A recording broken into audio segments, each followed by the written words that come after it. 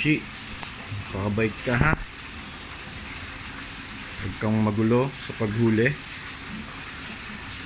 Lilipat ka na sa bago mong aquarium.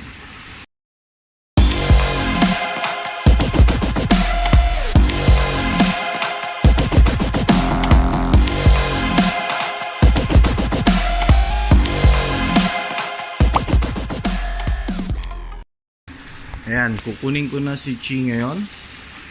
So lilipat na tayo. Chi, pakabait ka ha. Huwag kang magulo sa paghuli. Lilipat ka na sa bago mong aquarium. So yan ha, pakabait, pakabait. Okay.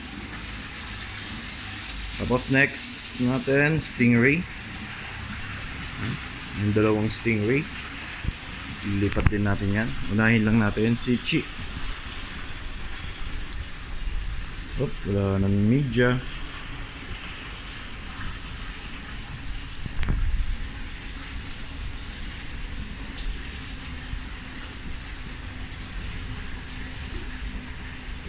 Ayun, so ulihin na natin si Chi. Gagamit ako ng malaking plastic.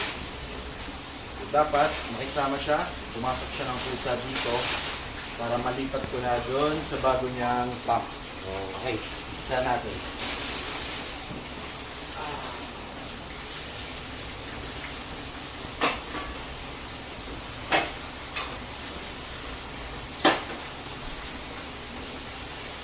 So, lagyan muna ng tubig.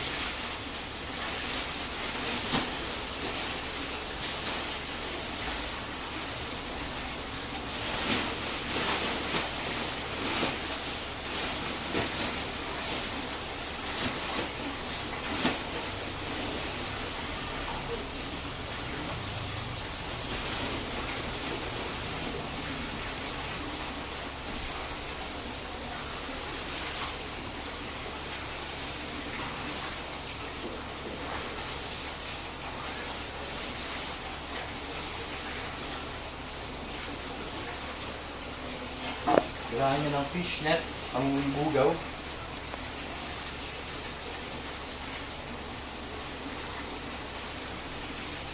Sinamoni po.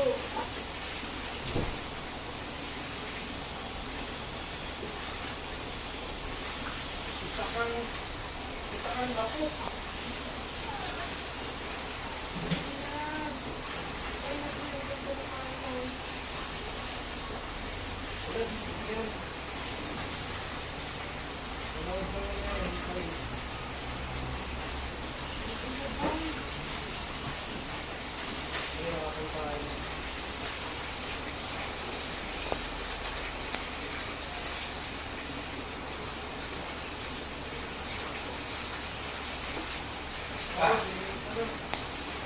Ayan.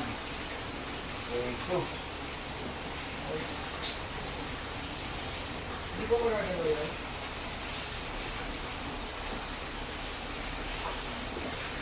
Kaya mo siniko nga mo. Kailangan mo dito tiyaga. Huwag mong madaliin.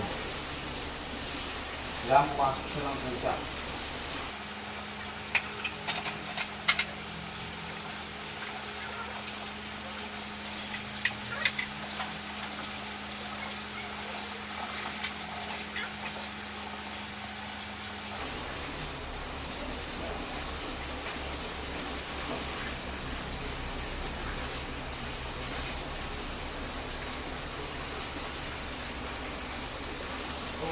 Ayun. Kapit ni.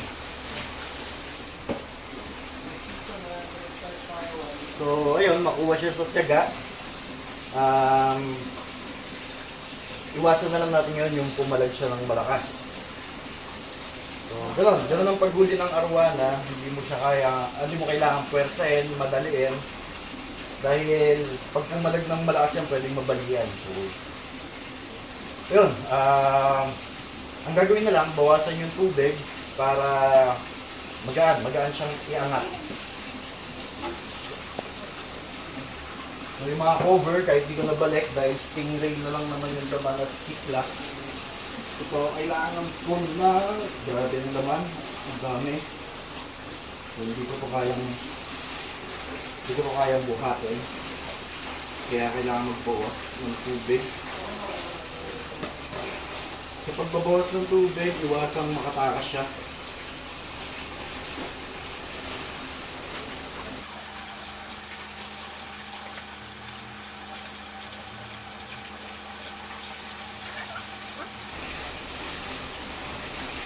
So, nakapagbawas na, pero di ko pa rin kaya. Isa pa.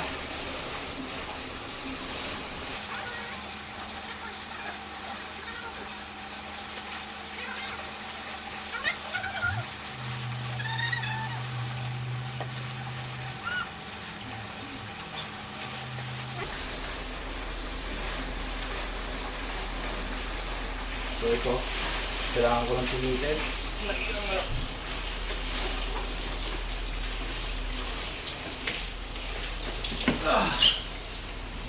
Yan! So yun, ayun na si Chi.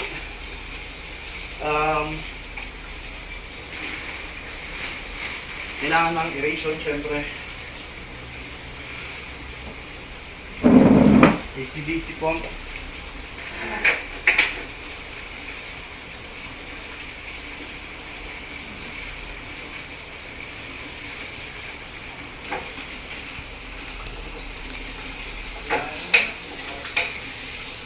Okay. Ayun, so nahuli ko na si Chi. Ililipat na natin ngayon sa aquarium niya. So, ayun. Ayun siya ngayon. Sana okay din siya mamaya sa paglagay sa aquarium. So, video na ako ulit mamaya. Drive muna ako. Bye-bye.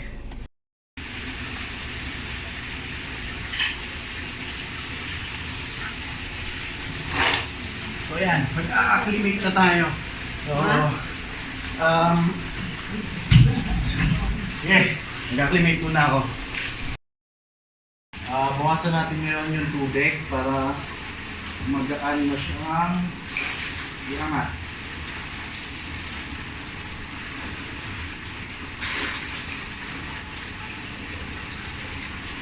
Yun, so ang bait ni Chi, tahimik lang.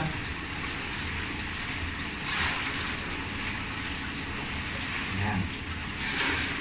Lagyan na natin, Andreas, dyan, di ba kami ba? Lagyan natin dun sa taas. I-acclimate natin. Itong acclimation na to, babad, ginagawa to para hindi ma-temperature shock. Doon.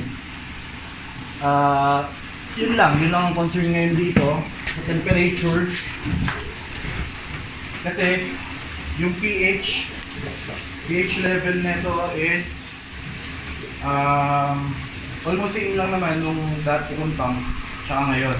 So gawin ko mga 10 minutes to 15 minutes para yung temperature lang. Ayun, cut ko na. So, habang nag-iintay, video natin si Chi. Tahimik. Pakabait. Very good ka talaga, Chi. Yun siya. Tahimik lang. So, 10 minutes, okay na yan. So, yun na yung mga EBH. So, 2 days ago, nandyan sila. Okay, after 15 minutes, pwede na natin i-release si Chi. So, ngayon, welcome sa iyong bagong bahay, Chi. Iwasan mo yung makatalon.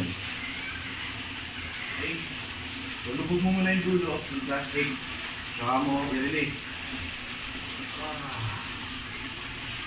Ayan siya.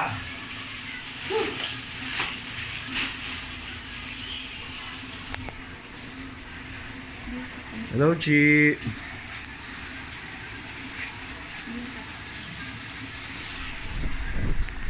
So, medyo stress pa siya.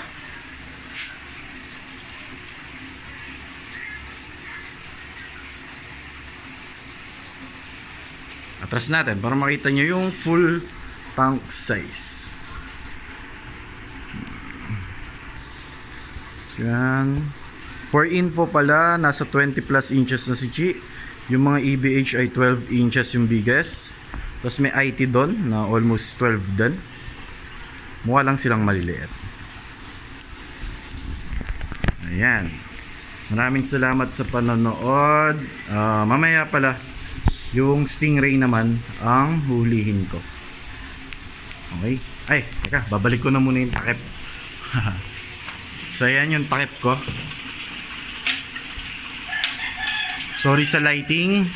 Temporary lang po yan, pati yung wiring. Ginamit lang namin yan kagabi para may viewing light kami sa inuman.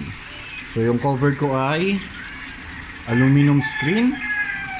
Hanggang dulo po yan. So, may jebo ko doon. Tapos dito ko ilalagay yung Huike AC/DC pump. Tapos may sponge filter ako doon. May sponge filter din ako doon. So ayun, maraming salamat uli. Pahinga muna ako at kukunin ko yung stingray maya-mayang konti. Bye-bye. Subscribe kayo ah.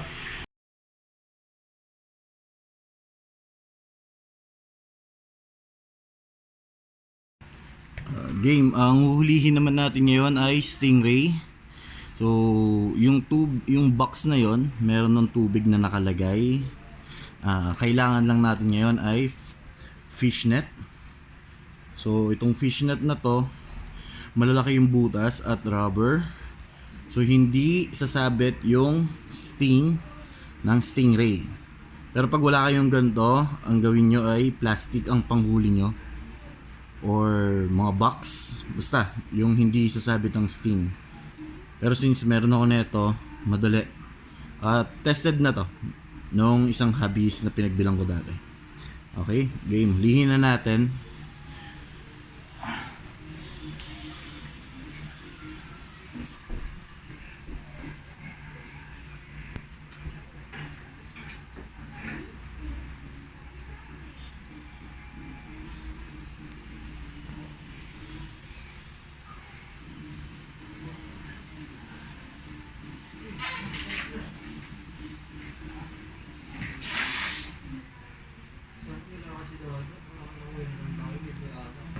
Ayan, huli na siya.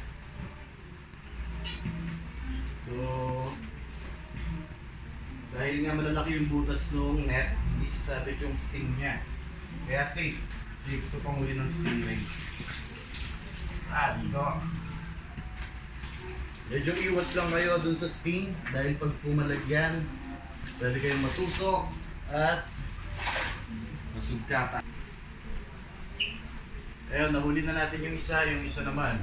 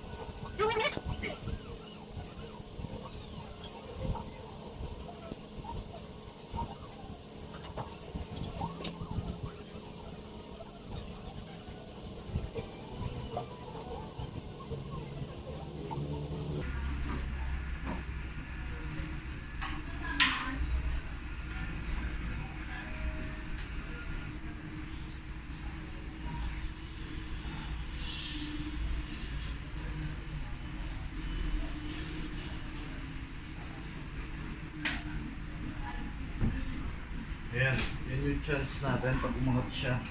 Yun. Huli. Pag umangat siya, yun na yung chance nyo na mahuli siya. Okay. Ganun ulit. Yung sting iwasan.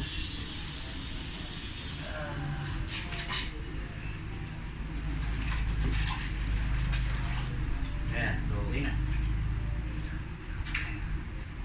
Medyo sumasabit yung net pero hindi siya ganun katulad nung ordinary fish net na sisirain mo na sisirain mo na siya pagka sumabit. So, ayan. Nandiyan na sila. Sa paghuli ng ray, as much as possible, pinakamabilis na kaya. Dahil mabilis silang ma-stress. Ayun, i-travel ko na siya ngayon. Okay? Bye-bye! Okay, nandito na tayo ngayon. So, ang gagawin nating acclimation ay tabo method. So, kukuha tayo ng tubig from sump papunta dito sa lagayan ng ray gamit ang tabo. So, unang gagawin is bawasan natin yung tubig dito sa lagayan. Yan. Bawas tayo siguro mga 5 na tabo. Yan. Tapos, kuha tayo ng tubig dito sa sump. Isa. Dalawa. Tatlong tabo.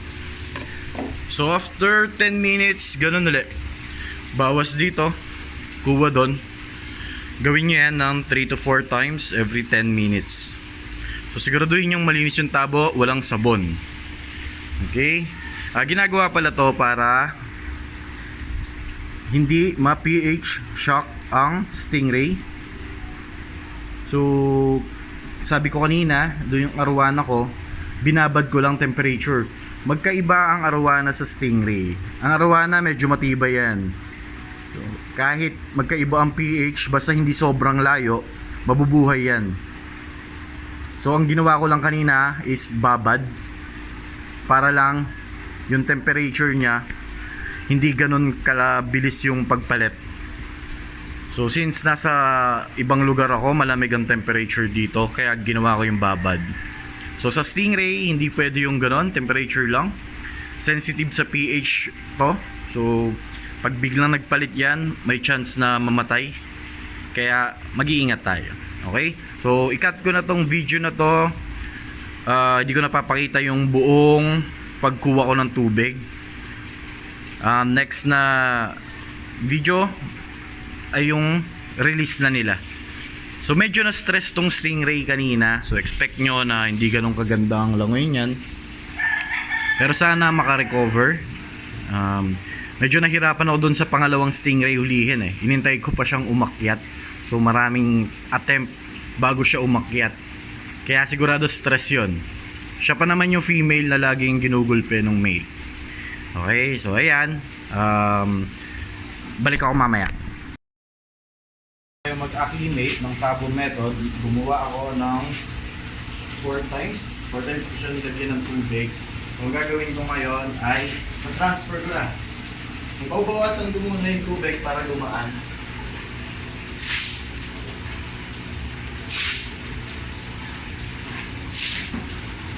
Para magaan lang siya buhatin.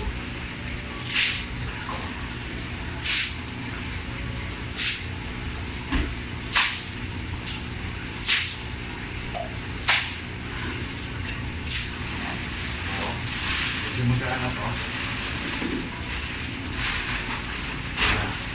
Okay, butas na ng steam.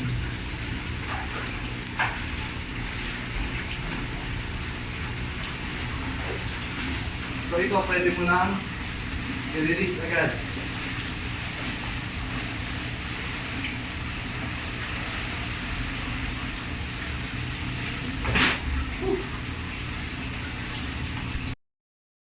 So yan, na-release na sila.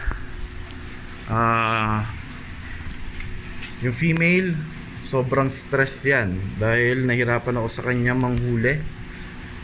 Ayan.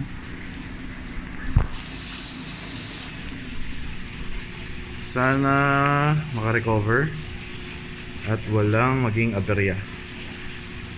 So ayun, kumpleto na sila. Yan ang lineup niya ngayon.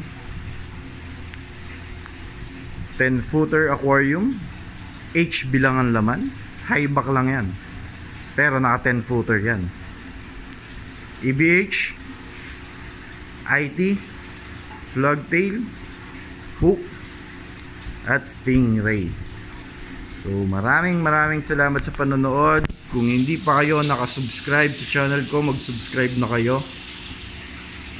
Ayan. Bye-bye.